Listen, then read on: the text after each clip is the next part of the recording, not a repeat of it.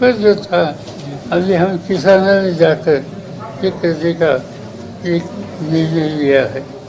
हमने इसमें 1000 किसानों को सिलेक्शन किया, उनको ये टेक्नोलॉजी का ट्रेनिंग और लाभ हम देंगे और एक साल में उनका क्षेत्र का जो प्रोडक्शन है वो 40-25% से बढ़ेगा, ऐसा विश्वास हमें है। ऐसे टेक्नोलॉजी का हमें सलाह है, ये सामने रखकर ये स्कीम हमने शुरू की है। मुझे पूरा विश्वास है इससे एक परिवर्तन आएगा।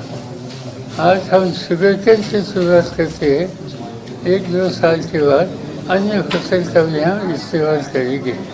और आज हमने बारामती से शुरुआत की, पूरे महाराष्ट्र में, पूरे देश में और देश के बाहर भी ये टेक्नोलॉजी का